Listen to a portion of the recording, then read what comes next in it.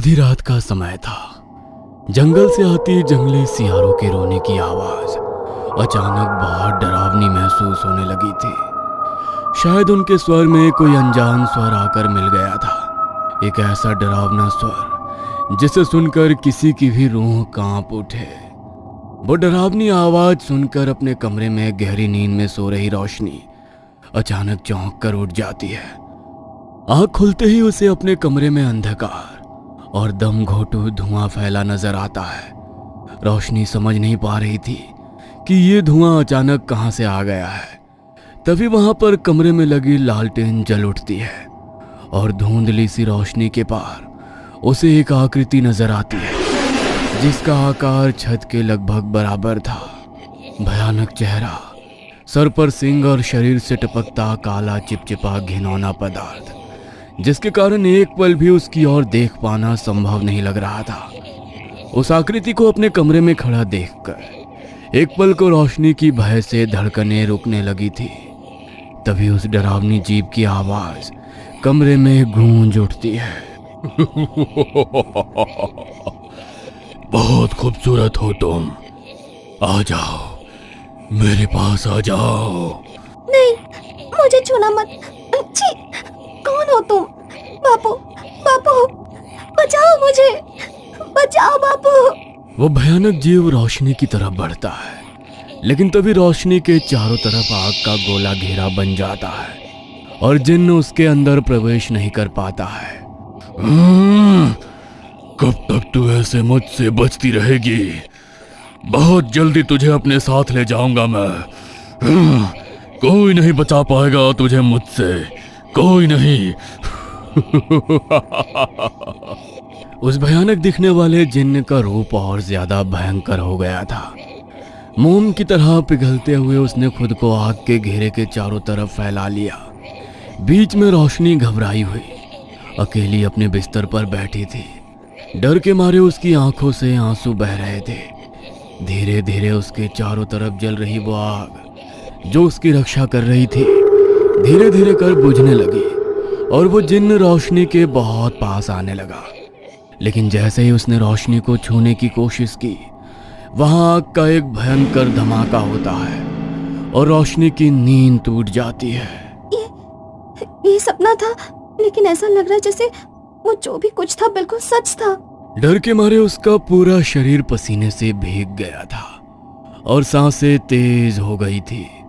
तभी उसने देखा कि उसके कमरे की लालटेन सच में जली हुई है और एक धुआं धीरे धीरे कर उसके कमरे से गायब हो रहा है। मुझे नहीं लगता कि ये बस एक सपना था। पता नहीं क्यों, लेकिन बहुत घबराहट हो रही है आज मुझे। बापू भी कमरे में नहीं है। बापू, बापू कहाँ हो आप? घर में रोशनी के बापू का एक कमरा था जहां पर वो अपनी पूजा पाठ किया करते थे।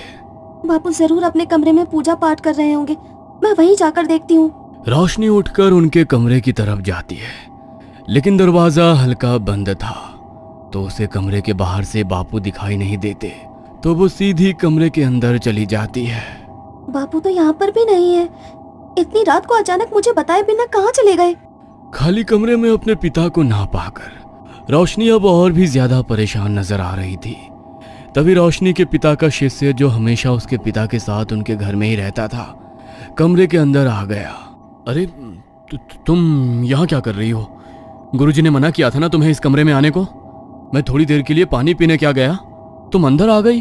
हाँ, मैं जानती हूँ कि बापू ने मुझे इस कमरे में आने के लिए मना किया है, लेकिन मैंने बहुत बुरा सपना देखा। ऐसा लग रहा है कि कुछ बहुत बुरा होने वाला है। मुझे बताओ बापू कहाँ पर हैं? अभी वो घर पर नहीं है, तुम जाओ और जाकर सो जाओ, जाओ। नहीं, तुम मुझे बताओ बापू कहाँ हैं? वो किसी मुसीबत में है ना? देखो, अगर तुमने मुझे नहीं बताया ना तो मैं खुद उन्हें ढूंढने के लिए घर से बाहर चली जाऊंगी। नहीं, वो बाहर नहीं है। तो फिर कहाँ है? ठीक है, मत बताओ, मैं जा रही हूँ। बाहर जाकर खुद ढूंढ लूंगी उन्हें। रुको, वो अपनी साधना के लिए गए हैं। आज अमावस्या का दिन है और आज तो वो शमशान। शमशान? क्या? इतनी रात को पिताजी शमशान में क्या कर रहे हैं? शमशान में कौन सी साधना होती है? अब तो मैं जान कर ही रहूंगी ये सब क्या चल रहा है। आज अमावस्या है ना, तो खास पूजा होती है शमशान में। तुम्हें बोला ना अंदर जाकर सो जाओ। अभी इसकी बात नहीं मानी तो ये मुझे बाहर जाने नहीं देगा। ठीक है, मैं अपने कमरे में जाकर सो रही हूँ। बापू आ जाएंगे तो मेरे कमरे में भेज देना। तुम दरवाजा बंद कर लो। रोशनी कमरे से बाहर निकल गई और उसके बापू के शिष्य ने कमरे का दरवाजा अंदर से बंद कर लिया। रोशनी ने बिना आवाज किए बाहर से दरवाजे की कुंडी लगा दी। वो इस तरह दबे पांव घर से निकली कि किसी को भनक भी नहीं हुई। आधी रात के पहर वो सीधी शमशान में पहुंची, जहां उसे दूर ही आग की लपटें दिखाई पड़ रही थी और पास ही में उसके पिता बैठे मंत्रों का जाप करते दिखाई दे रहे थे। उनके पास एक लड़की का मृत शरीर पड़ा था।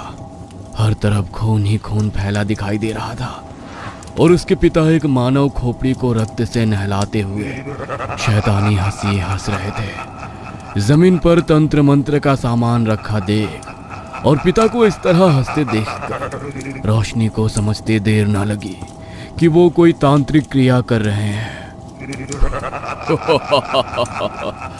बस कुछ दिन और ये खूनी खेल चलेगा। उसके बाद मैं मुक्त हो जाऊंगा हमेशा हमेशा के लिए। ये सब देखकर और अपने पिता की बातें सुनकर रोशनी के होश उड़ गए। ये सब क्या हो रहा है? बापू ये क्या कर रहे हैं? मेरे बापू इस तरह किसी की जान नहीं ले सकते। जो कुछ मैंने देखा, जरूर ये कोई भयानक सपना है। वो भागती हुई अपने बापू के पास जाती है और अपने बापू को आवाज लगाती है। अपनी बेटी को वहां देखकर तांत्रिक हैरान रह जाता है। तू यहाँ क्या कर रही है और तुझे कैसे पता चला कि मैं यहाँ पर हूँ? यह सब भूल जा और जा घर चली जा।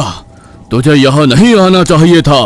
वो सब छोड़िए बापू, लेकिन आप इतनी रात को शमशान के भीतर क्या कर रहे हैं? और ये किसका मृत शरीर पड़ा है यहाँ पर? कह दीजिए कि जो कुछ भी मैंने अपनी आंखों से देखा वो सब झूठ है, कोई बुरा सपना है। बापू, क्या वाकई आपने इस लड़की की जान ली है? नहीं, मैंने किसी को नहीं मारा। इसकी बलि तो इसके घर वालों ने खुद दी है। तुझे पता ही है ना, इस गांव के जंगली लोग, उनके लिए छोरियों की कोई कीमत नहीं। उनके छोरे ही उनके लिए सब कुछ है। अपने छोरे की जान बचाने के लिए खुद अपनी लड़की को यहाँ लेकर आए थे वो लोग। मेरा कोई दोष ना है। नहीं बापू, कोई अपनी बेटी की बलि थोड़ी दे सकता है। अपना पाप छुपाने के लिए एक बार फिर से कहानी सुना रहे हो आप मुझे। आपकी रोशनी अब उतनी छोटी बच्ची नहीं रही कि आप उसे परियों की कहानी सुनाकर बहला देंगे। जो आपने कहा वो सच नहीं है, वो सच नहीं है बापू। आप तो बस पूजा पाठ करके लोगों का भला करते थे। अगर इस गांव के लोग जंगली हैं और उनके लिए उनकी बेटियों की कोई कीमत नहीं, तो आप तो उन्हें गलत काम करने से रोक सकते थे ना बापू। आप ही तो एक बेटी के पिता हैं। आपने क्यों किसी को अपनी बेटी की बलि देने दी? और आप यहाँ आधी रात को क्या कर रहे हैं? आपने उन लोगों को रोका क्यों नहीं? ये सच नहीं है बापू। आप मुझे सच सच बताइए, ये सब क्या हो रहा है? मुझे मेरे सवालों का जवाब चाहिए। अपने सवालों का जवाब लिए बिना मैं यहाँ से लौटकर नहीं जाऊंगी। आपको मेरी कसम है बापू, सच बोलिए। ये तूने क्या किया? अपनी कसम क्यों दी तूने मुझे? देख बेटा, मैं ये जो कुछ भी कर रहा हूँ ना, तेरे अच्छे के लिए ही कर रहा हूँ। जा, चली जा यहाँ से। मैंने कहा ना, भूल जा। तूने यहाँ जो कुछ भी देखा उसे एक बुरा सपना समझकर भूल जा। क्या आप ये सब मेरे लिए कर रहे हो? लेकिन आपको मेरे लिए किसी की बलि देने की क्या जरूरत पड़ गई? मैं किसी की मौत का बोझ अपने ऊपर नहीं लेना चाहती। सच सच बताइए, आखिर ये सब क्या हो रहा है? क्यों किया आपने ऐसा? बोलिए, जवाब दीजिए मुझे। बेटी, इस सब का जिम्मेदार मैं हूँ। मैं तो पूजा पाठ करके ही अपना जीवन जी रहा था। एक रोज सुबह के 4 बजे मैं जंगल में पूजा के लिए फूल फल वगैरह लेने गया था। दिन अभी निकला नहीं था, हर तरफ अंधेरा ही दिखाई दे रहा था। तभी मुझे एक साधु जैसा दिखने वाला आदमी एक पेड़ के नीचे बैठा दिखाई दिया, जो अकेले में अपने आप से कुछ बड़बड़ा रहा था। मुझे लगा कि शायद उन्हें मेरी मदद की जरूरत होगी, इसीलिए मैं उनकी तरफ बढ़ गया। बाबा, कौन है आप? आज से पहले तो आपको कभी इस जंगल में नहीं देखा। रास्ता भटक गए हैं क्या? भटका नहीं, अब तो मार्ग मिला है। मेरे पास वो शक्तियां हैं कि मैं आंख बंद करके वो काम कर सकता हूँ जो तुम खुली आंखों से नहीं कर सकते। आंखें बंद करके यहाँ बैठे बैठे तुम्हारा भूत भविष्य वर्तमान सब बता सकता हूँ। भूत पिशाच ईश्वर मुझे किसी का भय नहीं। क्या बात कर रहे हैं? जरूर आपका मानसिक संतुलन बिगड़ गया है। इस संसार में सबसे शक्तिशाली ईश्वर है, उसकी शक्ति के आगे कुछ भी नहीं। ईश्वर? हाँ, पुजारी होना तुम मंदिर में बरसों से पूजा पाठ कर रहे हो। क्या दिया तेरे ईश्वर ने तुझे? तेरे 2 वक्त के भोजन का भी ठिकाना नहीं है। एक बेटी है तेरी, उसके अलावा संसार में तेरा कोई नहीं। उस बेटी को भी तो तेरे भगवान ने जानलेवा बीमारी दी है। तेरा ईश्वर बचा नहीं पाएगा उसे। अगले 2 साल के भीतर हमेशा हमेशा के लिए तुझे छोड़कर चली जाएगी वो, और तू ऐसे ही उसके आगे घंटी बजाता खड़ा रह जाएगा। मैंने तो आपको अपने बारे में कुछ भी नहीं बताया। आप मेरे विषय में इतना सब कुछ कैसे जानते हैं? कोई जादूगर हैं क्या? लगता है तुमने मेरी बातों को ध्यान से सुना नहीं। मैं कोई जादूगर नहीं, बल्कि तंत्र का महाज्ञान रखने वाला तांत्रिक हूँ। भगवान को छोड़ो और मेरे साथ तंत्र की साधना करो। तुम्हें वो सब कुछ हासिल होगा जिसकी तुमने कामना की है। अपनी बेटी की जान बचाना चाहते हो ना? तुम्हारी बीमारी का किसी भी वैद्य के पास कोई तोड़ नहीं मिल रहा था, इसलिए जब उसने तुम्हारी बीमारी को ठीक करने के बारे में कहा तो मैं उसकी बातों में आ गया और तंत्र साधना करने के लिए तैयार हो गया। उस साधु ने मुझे बताया कि उसने अपनी तंत्र विद्या से एक जिन्न को साथ रखा है और वो जिन्न अदृश्य रूप में 24 घंटे उसके साथ रहता है। उस जिन्न की मदद से ही वो किसी का भी भूत भविष्य वर्तमान चुटकियों में पता लगा सकता है और कुछ भी पा सकता है। जिन्न के पास ऐसी असीम शक्तियां हैं जिसकी मदद से कुछ भी संभव है। यहाँ तक कि उन्होंने मुझे आश्वासन दिलाया कि तुम्हारी बीमारी भी चुटकी बजाते ही सही हो सकती है। बस मैंने सोच लिया था कि अब मुझे भगवान की नहीं शैतान की पूजा करनी है। बाबा के सानिध्य में मैंने तंत्र साधना करना शुरू कर दिया। देर रात जब पूरा गांव सो जाता तो रात के 2 बजे मैं जंगल में जाकर उस बूढ़े से तंत्र की विद्या सीखता।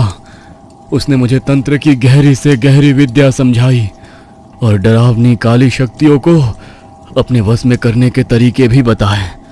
बाबा को ही मैं अपना गुरु अपना भगवान समझने लगा था। एक दिन बाबा अचानक से गायब हो गए और उस दिन के बाद उन्होंने जंगल में मुझसे मिलना बंद कर दिया। मुझे यही समझ में आया कि शायद मेरी शिक्षा पूरी हो गई है, इसलिए अब बाबा यहाँ नहीं आते।